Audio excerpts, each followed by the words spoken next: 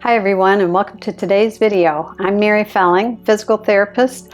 I have over 30 years experience, and in the last 25 years I've specialized in an area called the John Barnes Myofascial Release approach.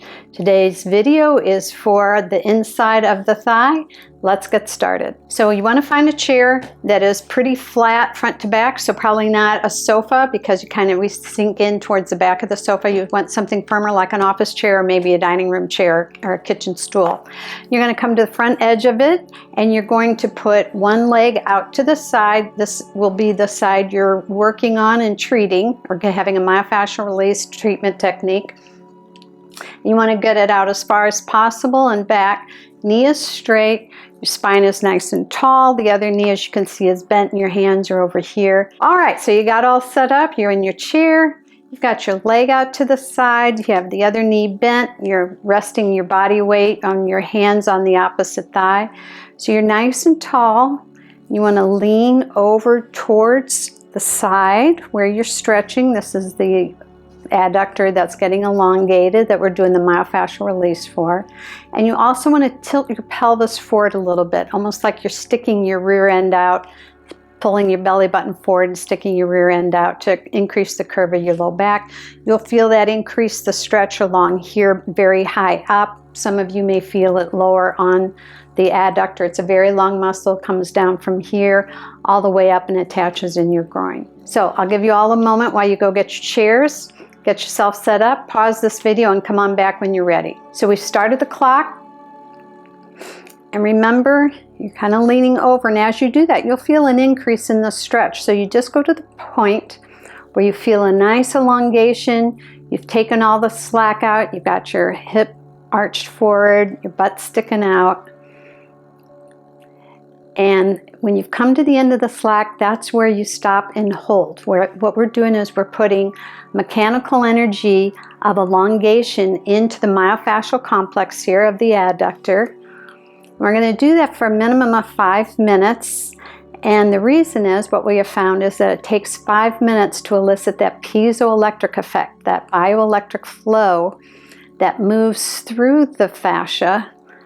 And when it comes to an area that's been stuck down, it's sticky, it's dehydrated, an area we call myofascial restriction, then that electrical flow helps to rehydrate the area, soften it, and elongate it.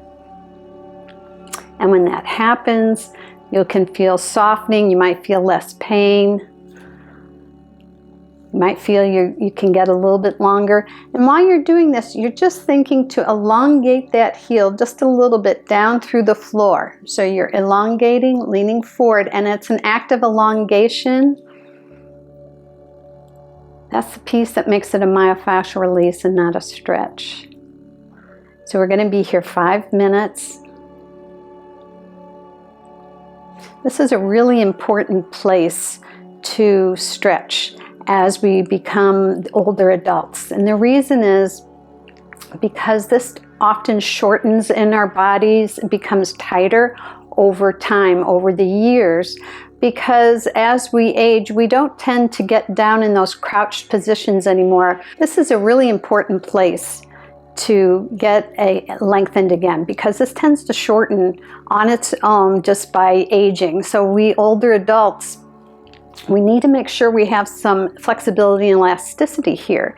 And it just becomes shortened kind of naturally because we are not crouching down anymore. When we see a puppy, we're not getting down on our hands and knees or in a crouched position to pet the puppy or go up to small kids, maybe our grandchildren, to crouch down and play with them on the floor. We tend to start bending over at the hip. And so because we're not really using this as much and we're not lengthening it all the time, it's in a shorter position naturally.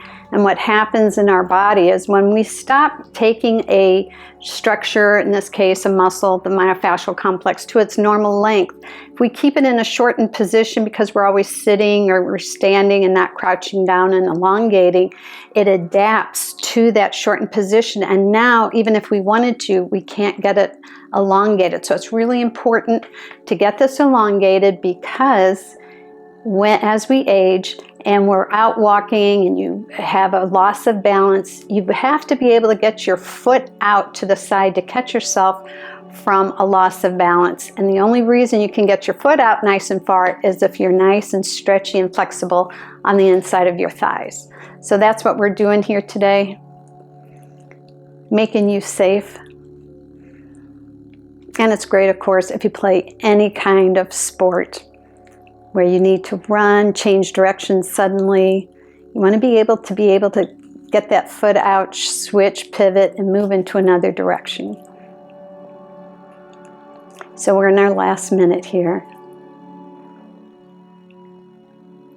And while you're in the position, you just want to feel what's going on there. Do you feel it softening? Do you feel less pain? Do you feel like you could elongate further? Is it softening and loosening? And if it is, move along with it. Keep your stretch at that end range of motion. You might even feel this pulling down in towards your calf. You might feel a pull back into your pelvis. That's fine. That whole fascial cobweb is being affected by this elongation in here, by this myofascial release technique we're doing. All right, we're coming up to the end of that 5 minutes. And as you come out, you always want to make sure to go nice and slowly. Bring your pelvis back underneath you. Bring your legs slowly in. May not have had it in that position for quite a while. And remember that you want to do these techniques every day for 14 days in a row, and then after that, maybe 2 or 3 times a week to help maintain those positive changes you got. All right, thank you so much for joining me today, and I'll see you in our next video.